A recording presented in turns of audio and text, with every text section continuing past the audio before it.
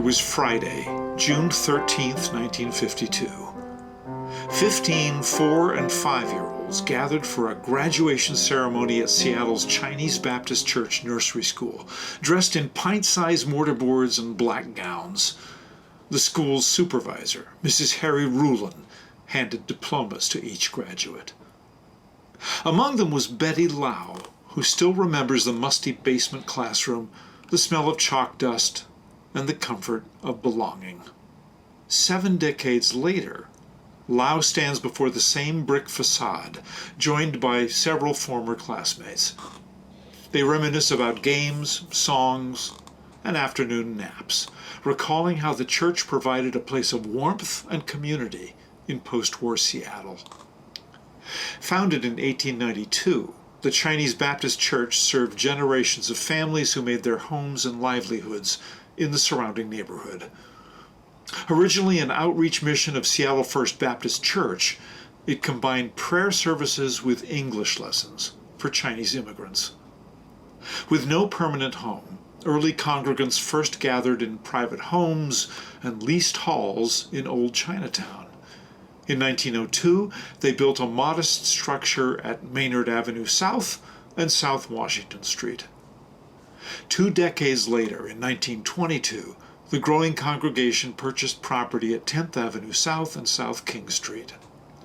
By the early 1950s, Chinese Baptists served as a spiritual center and anchor for young children whose parents worked long hours nearby.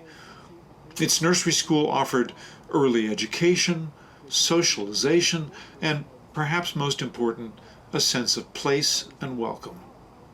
Lau recalls her teachers' patient voices, one in English and one in Chinese, and the joy of receiving her diploma, which she kept for years.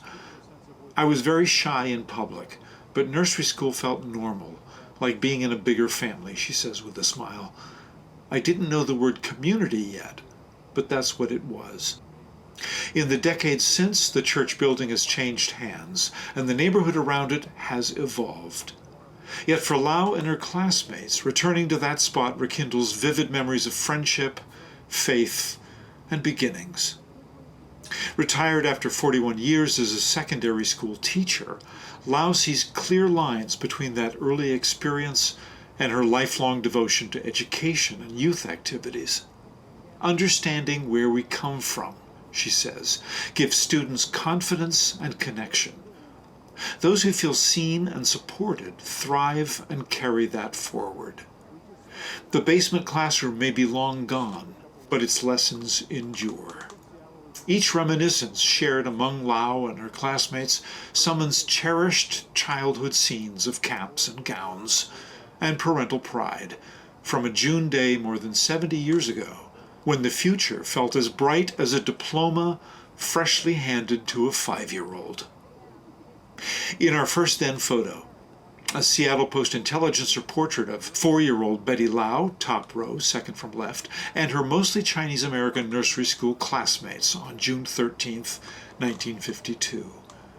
An annual graduation ceremony was held at the church from 1947 until 1965, thriftily recycling the miniature caps and gowns.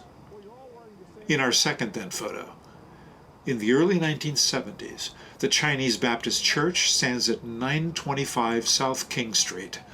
Designed by Shack, Young, and Myers architects, it was built in 1922 and joined the National Register of Historic Places in 1986. In our third then photo, the nursery school's 1952 typewritten graduation ceremony program, saved by Lawrence Louie's father. The graduates were, Louie says, 4 and 5 years old. In our fourth then photo, after a funeral on November 28, 1941, a procession of flower-bedecked cars and trucks drives down King Street, reflecting the church's role as a hub of Chinatown life. A community brass band musters it left. In our now photo, 6 surviving classmates gather at the church's front door. From left, Terry Marr, Donna Yip Liu, Betty Lau, Carolyn Chin Loringer, Rick Chin, and Lawrence Louie. The building now houses the Chinese Southern Baptist Church.